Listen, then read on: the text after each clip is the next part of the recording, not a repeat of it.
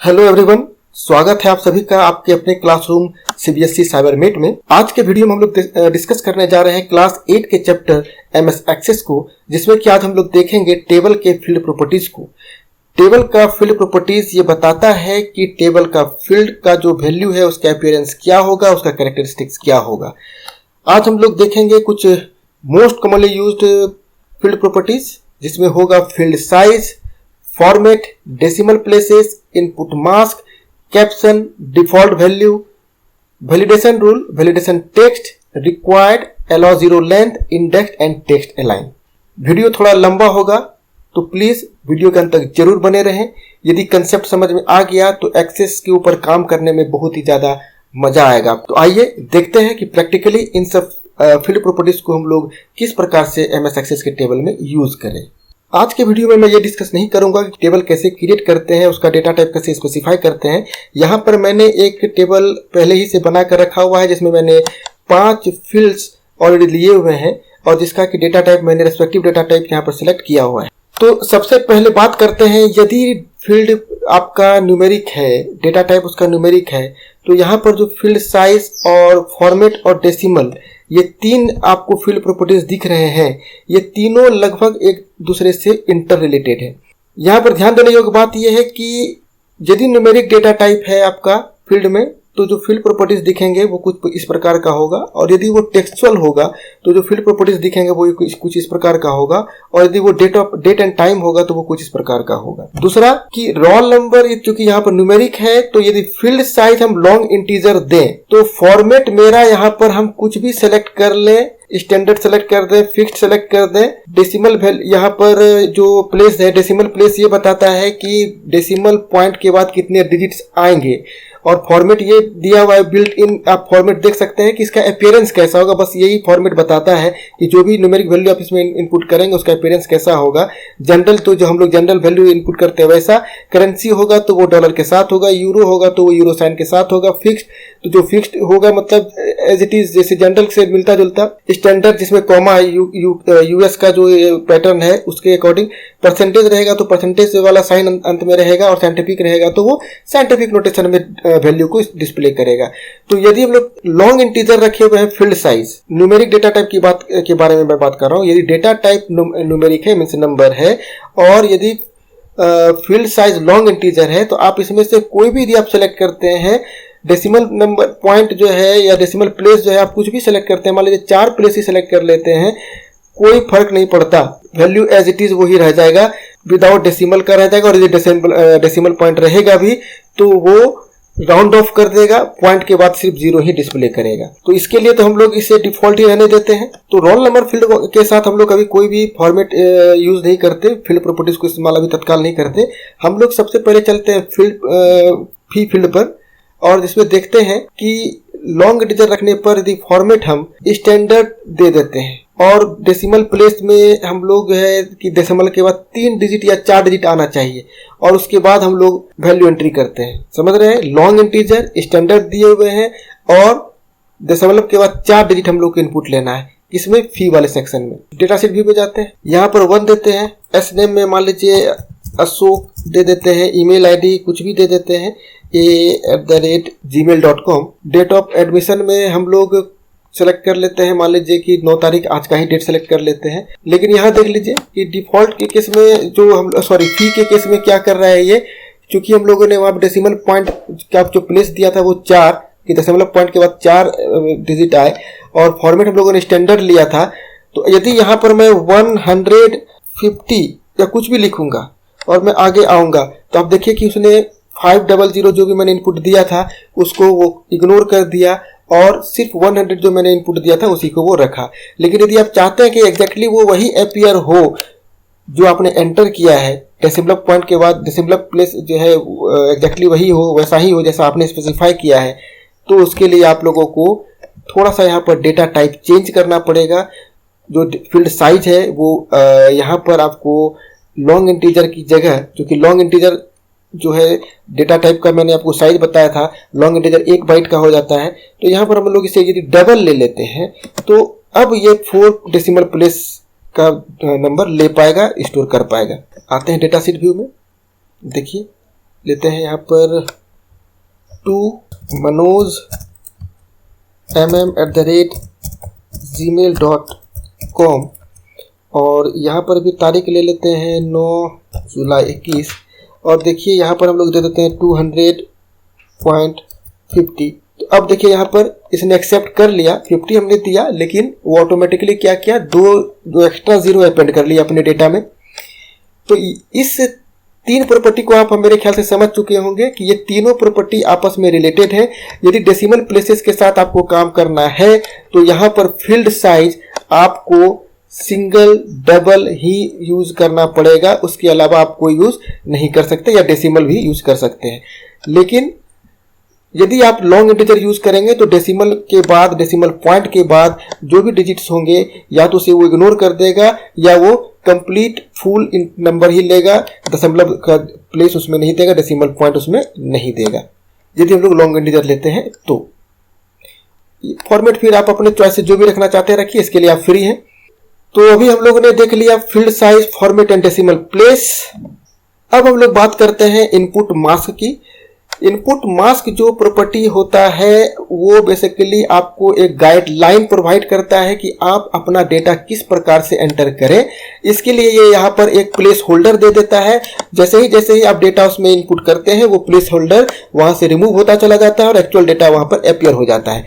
Generally आप देखते होंगे कि डेट एंड टाइम, पासवर्ड्स वगैरह के लिए हम लोग प्लेस होल्डर का इस्तेमाल करते हैं। जैसे पासवर्ड में स्टार आता है, उसका एक्चुअल वैल्यू आप देख नहीं सकते।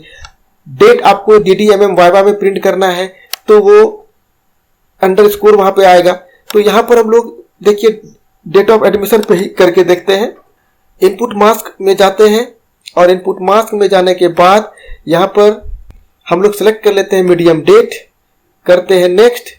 यहां पर देखिए आपको इस इनपुट मास्क में जो वैल्यू दिख रहा है, जो सिलेक्टेड है, इसे हम लोग चेंज नहीं करेंगे, इसे छोड़ देंगे एज इट इज। लेकिन प्लेस होल्डर या चेंज करना चाहें अपने हिसाब से तो आप कर सकते हैं, लेकिन अभी यदि आप इसे चेंज करेंगे तो हो सकता है कि कुछ एरर आ जाए। प्लेस होल्डर कैरेक्टर में यहाँ पर बहुत सारे कैरेक्टर्स बिल्ट इन यहाँ पर दिए हुए हैं कि जो वहां पर अपीयर होगा कैरेक्टर गाइडेंस के लिए वो कैसा होगा। तो यदि आप अंडरस्कोर सेलेक्ट करते हैं तो वो अंडरस्कोर अपीयर होगा, हैश सेलेक्ट करते हैं हैश होगा, @ सेलेक्ट करते हैं @ होगा, और भी बहुत सारे सिंबल्स हैं, आप देख सकते हैं। तत्काल हम लोग देखते हैं कि अंडरस्कोर सेलेक्ट करते हैं, यहाँ पर ट्राई इट करके दिया हुआ है। ट्राई इट का मतलब ये हुआ कि आपसे यहाँ पर चेक करें कि इनपुट किस प्रकार से होगा।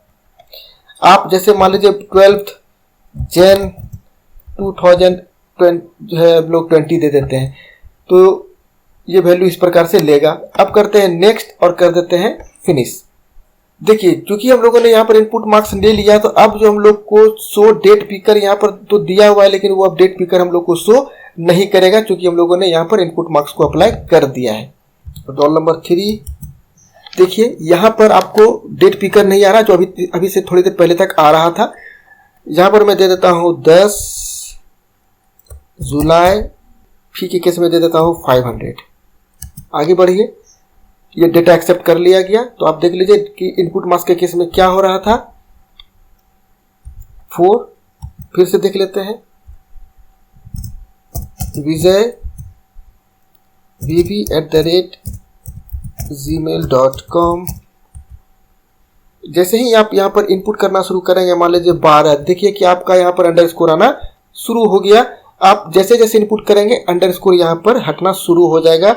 मान लीजिए कि Feb 19, देखिए अंडरस्कोर खत्म हो गया और एक्चुअल वैल्यू आ गया। यहाँ पर हम लोग फी दे देते हैं 200। तो इस प्रकार से हम लोग इनपुट मास्क का इस्तेमाल करते हैं। जनरली इनपुट मास्क का इस्तेमाल डेट, टाइम एंड पासवर्ड के लिए हम लोग करते हैं, जिप कोड के लिए करते हैं, फोन नंबर के लिए करते हैं। अब हम लोग बात करते हैं कैप्शन प्रॉपर्टी का। हर एक फील्ड को जो आपने टेबल में बनाया हुआ है उसमें एक कैप्शन प्रॉपर्टी है जो सारे फील्ड में अप्लाई होता है। और कैप्शन ये बताता है कि टेबल हेडिंग कैसा होगा, फील्ड नेम क्या होगा। यहाँ पर जो roll, S name, email, DOA और फी दिख रहा है आपको, वो वैसा ही दिख रहा है जो आपने फील्ड में स्पेसिफाई किया हुआ है। ओके, लेकिन हम चाहते हैं कि रोल के जगह रोल नंबर दिखे, एस नेम की जगह स्टूडेंट नेम दिखे, ईमेल की जगह ईमेल ID दिखे, डेट ऑफ एडमिशन की जगह डेट ऑफ एडमिशन दिखे, या फी की जगह फी पेड दिखे। तो उसके लिए हम लोग क्या करेंगे, कैप्शन प्रॉपर्टी को चेंज करेंगे। फॉर एग्जांपल अभी एक ही का चेंज करते हैं। रोल के जगह हम लोग रोल नंबर दे देते हैं। बाकी के लिए आप खुद से प्रैक्टिस करेंगे, बस कैप्शन प्रॉपर्टी चेंज कर देंगे। देखेंगे आप कि जो कॉलम हेडिंग है वो उसका चेंज हो गया। जो अब डिफॉल्ट रोल यहां पर दिख रहा है वो रोल नहीं दिखेगा, रोल नंबर दिखेगा। देखिए अब वहां पर रोल की जगह रोल नंबर दिखना शुरू हो गया। फिर से आते हैं डिजाइन व्यू में। अब हम लोग बात करते हैं डिफॉल्ट वैल्यू का।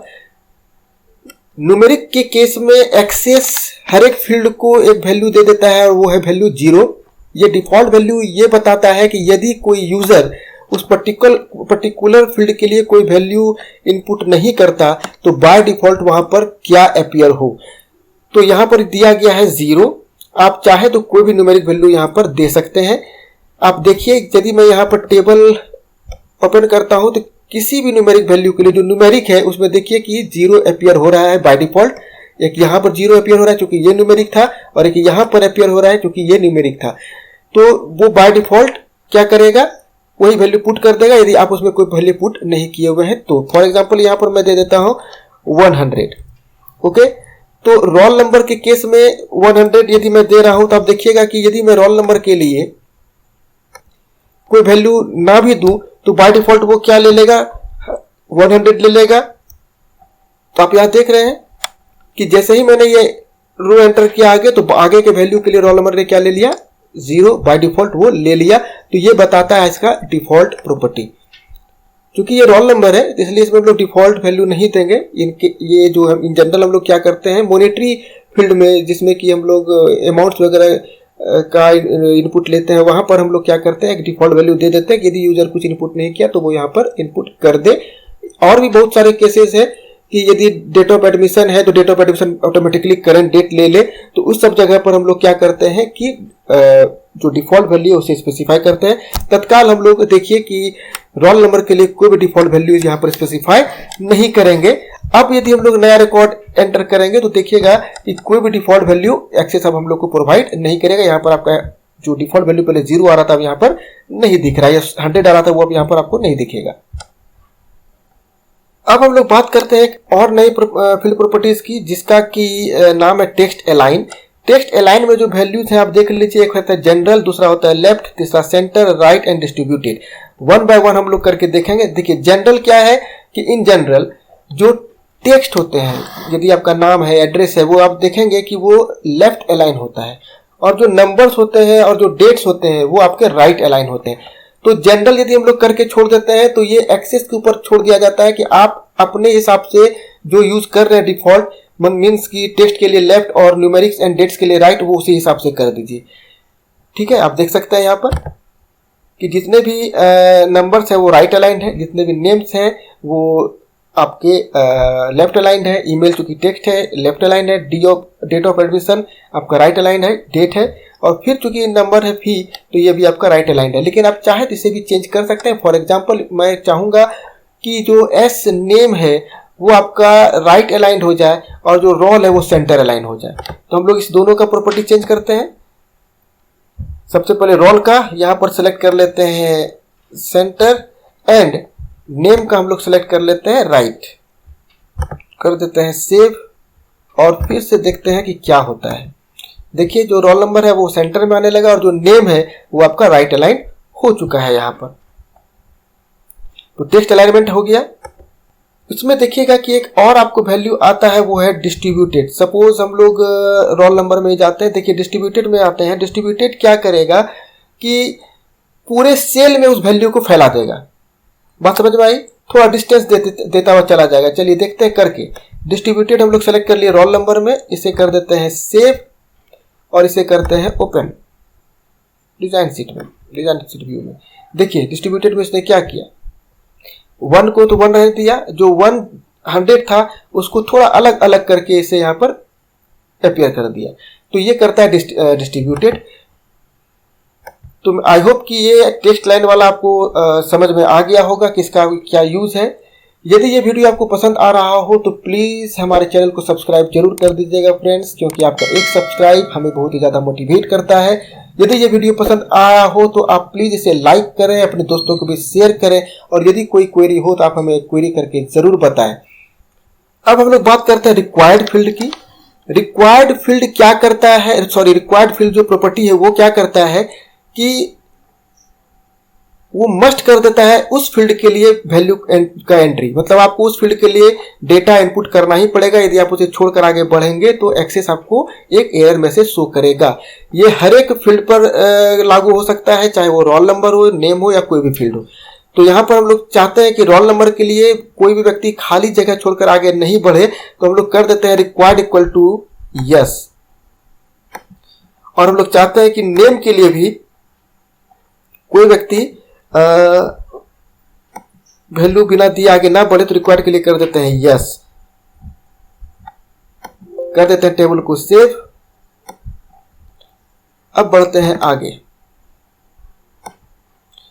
यहां पर देखिएगा कि यदि हम लोग रोल नंबर के लिए वैल्यू नहीं देते हैं, नेम के लिए वैल्यू नहीं देते हैं, ठीक है, तो इसे प्रॉब्लम होगा। बाकी यदि हम किसी भी चीज के लिए वैल्यू ना दें तो इसे कोई भी प्रॉब्लम नहीं होगा। अब देखिए यहाँ पर ये हम लोग को आगे बढ़ने ही नहीं दे रहा है। यदि हम लोग यहाँ पर कुछ इनपुट कर दें और हम लोग आगे बढ़ें, तो ये देखिए यहाँ पर वैल्यू बोल रहा है, एक डायलॉग बॉक्स आ रहा है, एरर मैसेज आ रहा है कि you must enter a value in the student dot roll field. Means बिना हम रोल नंबर इनपुट किए नया रिकॉर्ड नहीं क्रिएट कर सकते। तो अब हम लोग यहाँ पर कर देते हैं 6। अब हम लोग आगे बढ़ते हैं तो देखिए ये नया रो हम लोग क्रिएट कर पा रहे हैं। इसने पुराने रो को एक्सेप्ट कर लिया। क्यों? क्योंकि हम लोगों ने इस रिक्वायर्ड फील्ड में वैल्यू दे दिया, इस रिक्वायर्ड फील्ड में वैल्यू दे दिया, लेकिन इसने इसके लिए और इसके लिए कोई भी मैसेज नहीं डिस्प्ले किया, क्योंकि ये हमारा रिक्वायर्ड फील्ड नहीं था। लेकिन यदि आप चाहते हैं कि यूजर बिना इसमें कुछ इनपुट किए आगे ना बढ़े, तो आप इसे भी रिक्वायर्ड कर सकते हैं। अब हम लोग देखते हैं allow zero length. Allow zero length जो है वो आपको न्यूमेरिक फील्ड में अपीयर नहीं होगा, उसका ये फील्ड प्रॉपर्टी नहीं है। ये न्यूमेरिक डेटा टाइप वाले के लिए, ये सिर्फ टेक्स्ट फील्ड वाले के लिए है। तो या तो ईमेल या तो एसनेम पर हम लोग अलाउ जीरो लेंथ कर सकते हैं। देखिए अलाउ जीरो लेंथ यदि रिक्वायर्ड यदि हम लोग यस करते हैं और अलाउ जीरो लेंथ करते हैं, तो कभी कभी क्या होता है हम लोगों को कि किसी फील्ड का वैल्यू पता नहीं रहता और हम चाहते हैं कि उस फील्ड को स्किप करके हम आगे चल जाएं, और हम चाहते हैं कि वो रिक्वायर्ड भी रहे। उस केस में क्या करेंगे कि रिक्वायर्ड तो यस कर ही देंगे और अलाउ जीरो लेंथ कर देंगे। मतलब कि यदि कोई व्यक्ति चाहे तो उसमें बिना कुछ इनपुट किए वो आगे बढ़ जाए, लेकिन यहाँ पर एक कंडीशन है कि उसे वहां पर एटलीस्ट डबल कोट इनपुट करना पड़ेगा। तो यदि यहाँ पर मैं अलाउ जीरो लेंथ कर दूं यस, तो क्या होता है देखिए, और यदि अलाउ जीरो लेंथ में कर दूंगा नो, तो क्या होगा देखते हैं एग्जांपल के साथ। डेटा शीट व्यू में गए, चलिए यहाँ पर मैं रोल नंबर देता हूँ 7, इसे मैं एम्प्टी छोड़ देता हूँ। यहाँ पर मैं कुछ भी ईमेल आईडी दे देता हूँ gmail.com। यहाँ पर मैं कोई भी डेट सेलेक्ट कर सकता हूँ, मान लीजिए 12/Jan/21, और अमाउंट में दे देता हूँ 500। अब आप आगे बढ़िए, तो ये देखिए आपको बोल रहा है कि स्टूडेंट का जो है आप नाम यहाँ पर इनपुट कीजिए। तो अब यहाँ पर हम लोग स्टूडेंट नेम देते हैं, लेकिन हम चाहते हैं कि डबल कोट देकर आगे बढ़ें। ठीक है, मुझे स्टूडेंट का नेम नहीं पता, हम चाहते हैं कि डबल कोट देकर आगे बढ़ें।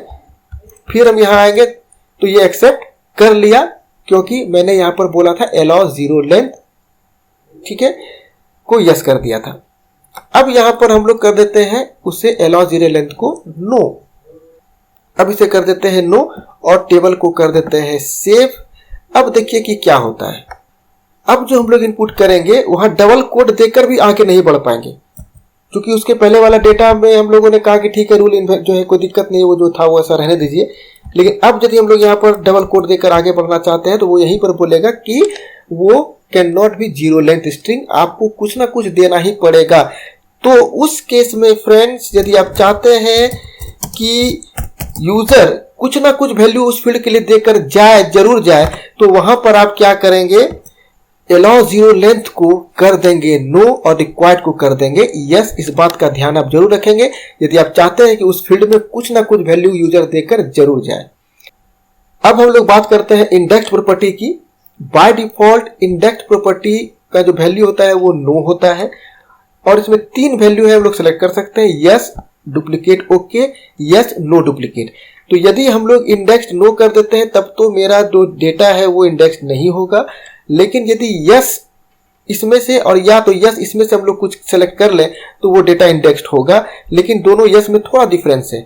एक यस में ये बता रहा है कि डुप्लीकेट ओके मीन्स डुप्लीकेट चलेगा, आप डुप्लीकेट एंट्री कर सकते हैं उस फील्ड के लिए, और एक कह रहा है यस तो जरूर कि इंडेक्स तो हम करेंगे लेकिन नो डुप्लीकेट, हम कोई भी डुप्लीकेट उसमें वैल्यू नहीं इनपुट करेंगे।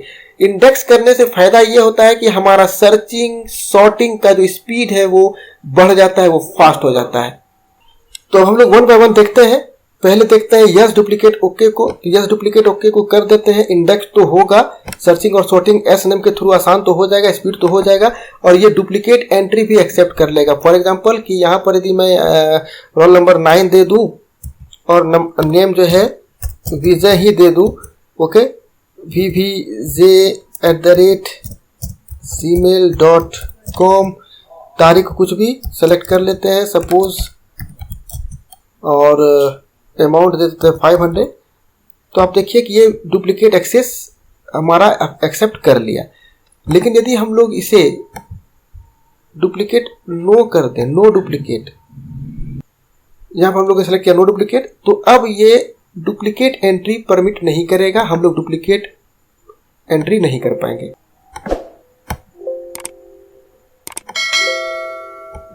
देखा आपने, यहाँ पर ये मैसेज दिखला रहा है आपको कि वो जो चेंजेस है वो सेव नहीं कर सकता क्योंकि वो रूल को वायलेट कर रहा है। देखिए जो टेबल है वो डुप्लीकेट वैल्यू एंट्री जो है कर रहा है, ये इसलिए इस चीज़ को अप्लाई नहीं कर सकता। तो ये बोल रहा है कि आप इसके यस कीजिए और डुप्लीकेट ओके कीजिए, ठीक है। Errors were encountered during the save operation. तो अब हम लोग को यहाँ पर क्या करना पड़ेगा, पहले हम लोग को यस ओके कर देते हैं, टेबल को कर देते हैं, स्ट्रक्चर को कर देते हैं सेव, ओपन करते हैं डेटा शीट व्यू में, और जो डुप्लीकेट वैल्यू है उसे सिर्फ जाकर कुछ कर देते हैं, के विजय कर देते हैं। अब उसी के लिए हम लोग करते हैं नो डुप्लीकेट।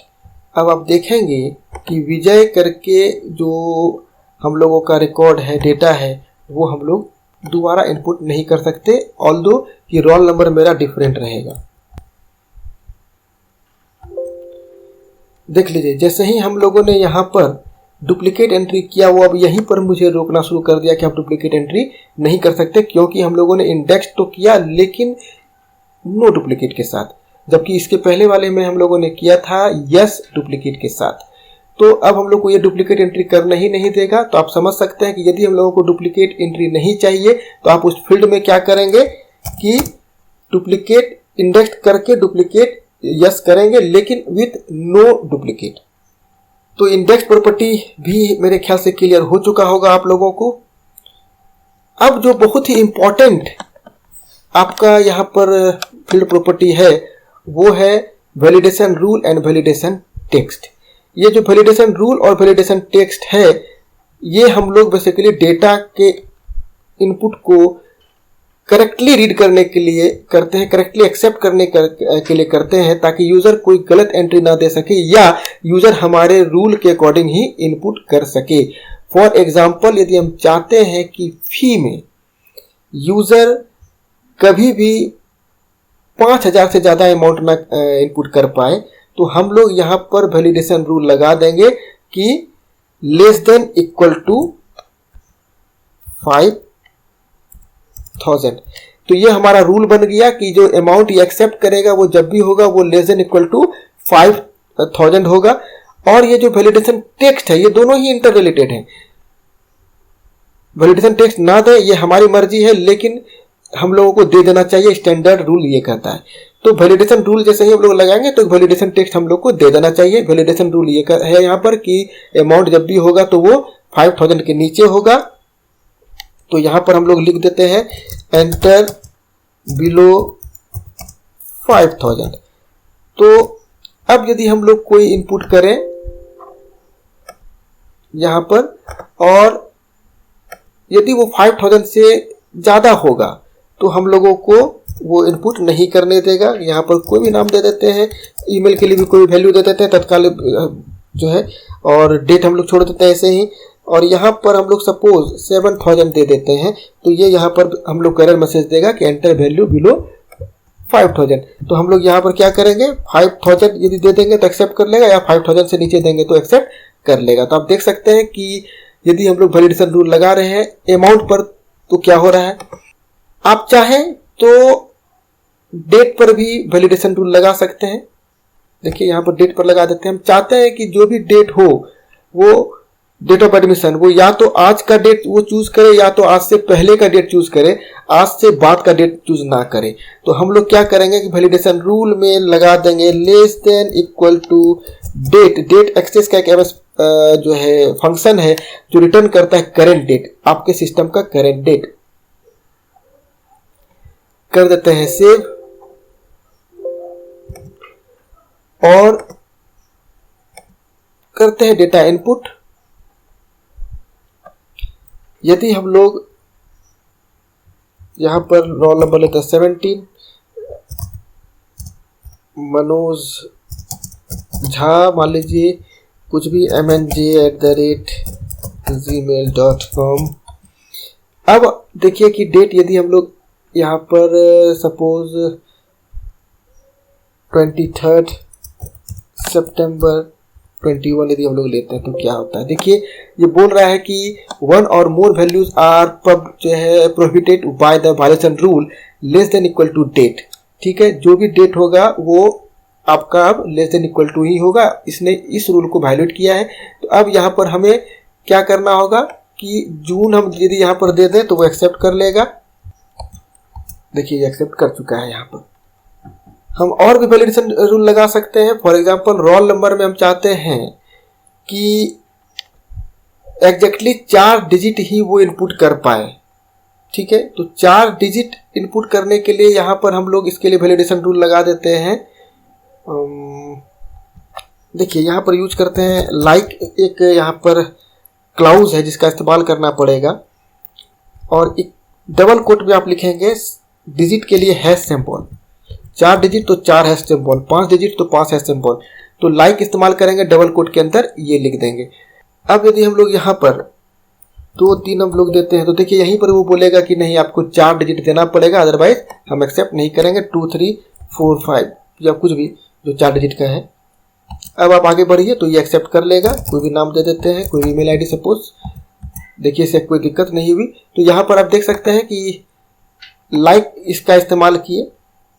यहाँ पर एक चीज गौर करने वाली बात है कि लाइक जो हैश यहाँ पर सिंबल हम यूज कर रहे हैं वो तब करेंगे जब न्यूमेरिक डेटा टाइप हम यूज कर रहे हैं, क्योंकि हैश के जगह वो सिर्फ और सिर्फ जो एमएस एक्सेस है वो डिजिट्स ही एक्सेप्ट करता है, वो कोई भी अल्फाबेट एक्सेस नहीं कर सकता। ठीक है, लेकिन यदि मैं इसे कर दूं शॉर्ट टेक्स्ट तो यहाँ पर हैश देंगे तो वो सिर्फ और सिर्फ डिजिट ही एक्सेप्ट करेगा। फिर से देख लीजिए, इसमें कोई दिक्कत नहीं होगा। इसे यहाँ पर 1 2 3 4 दे देते हैं, एक्सेप्ट कर लेगा। ठीक है, कोई भी नाम दे देते हैं, कोई भी ईमेल आईडी दे देते हैं। देखिए ये एक्सेप्ट कर लिया। और यदि डिजिट के अलावा यदि कोई सिंबल दे दे, अल्फाबेट दे दें ASDF, ठीक है, तो ये बोलेगा कि हम एक्सेप्ट नहीं करेंगे, क्योंकि हमने क्या दिया है, हैश सिंबल दिया है, वो डिजिट ही एक्सेप्ट कर सकता है। तो हम लोग यदि अल्फाबेट एक्सेप्ट करवाना चाहते हैं तो हम लोग क्या करेंगे कि यहाँ पर इस हैश के जगह जो क्वेश्चन मार्क है वो यूज करेंगे।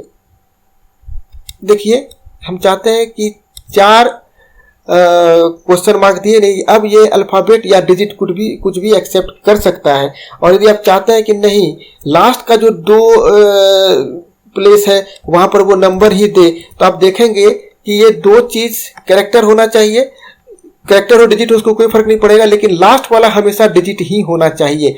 ये यहाँ पर वो कंपेल करेगा हम लोगों को। देखिए यहाँ पर यदि हम ASD और 5 दे देते हैं तो ये हम लोग को एरर देगा, क्योंकि वो क्या बोल रहा है यहाँ पर, इस क्वेश्चन मार्क के जगह हम लोग अल्फाबेट या डिजिट कुछ भी दे सकते हैं, लेकिन इस हैश के जगह हम लोगों को सिर्फ और सिर्फ डिजिट देना पड़ेगा।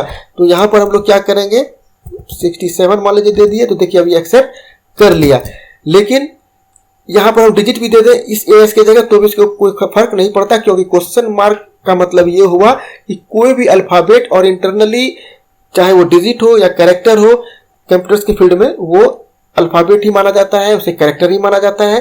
ठीक है, और वहां पर हम लोग क्वेश्चन यदि यूज करते हैं क्वेश्चन मार्क, तो वो यहाँ पर कोई भी अल्फाबेट, कोई भी कैरेक्टर एक्सेप्ट कर लेगा। तो आई होप कि आज जो मैंने फील्ड प्रॉपर्टीज डिस्कस किया वो आप लोगों को क्लियर हो चुका होगा, समझ आ चुका होगा। यदि फिर भी कुछ प्रॉब्लम है, कुछ इशू है, तो आप हमें कमेंट करके ज़रूर बताइए।